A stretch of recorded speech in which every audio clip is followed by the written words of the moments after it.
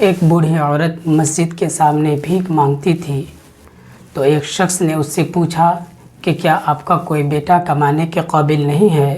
تو اس بوڑھی عورت نے کہا کہ ہے۔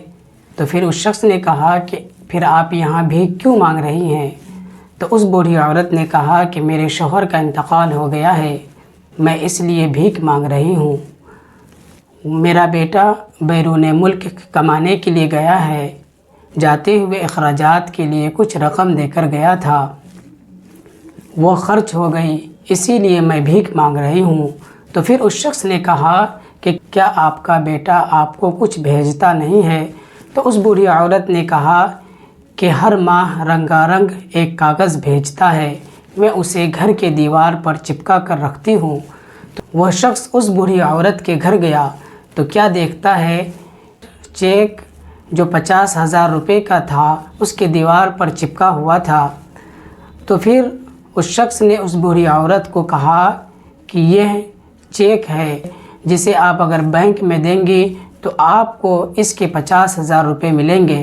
تو وہ بوڑھی عورت سن کر بہت پریشان بھی ہوئی اور حیران بھی ہوئی کہ میرے پاس اتنا دولت ہونے کے باوجود بھی میں بھیک مانگ رہی ہوں۔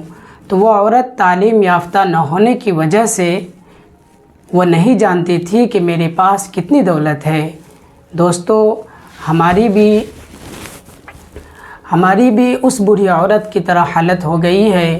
ہمارے پاس قرآن ہے، ہم اسے گھر میں رکھتے ہیں، ماتھے پر لگاتے ہیں، چومتے ہیں، لیکن ہم لوگ اسے پڑھتے نہیں ہیں۔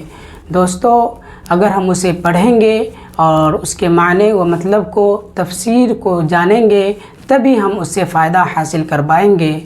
تو دوستو، ہم لوگوں کو چاہیے کہ ہم قرآن شریف کو پڑھیں اور قرآن کے معنی اور تفسیر کو بھی سمجھیں، تبھی جا کر ہم قرآن شریف سے فائدہ حاصل کر پائیں گے۔ نہیں تو ہمیں بھی یہ معلوم نہیں کہ کتنی دولت ہمارے گھر میں ہے اور ہم بھیک مانگ رہے ہیں۔ تو دوستو، آپ لوگوں سے گزارش ہے کہ اگر یہ ویڈیو آپ لوگوں کو اچھی لگے تو آپ اس ویڈیو کو دوسروں تک پھیلائیں، اور چینل پر نئے ہیں تو سبسکرائب ضرور کریں۔ اللہ کے نبی نے فرمایا بلغوا عنی ولو آیہ، اگر آپ ایک آیت بھی جانتے ہیں تو آپ اسے دوسروں تک ضرور پہنچائیں۔ السلام علیکم ورحمۃ اللہ وبرکاتہ۔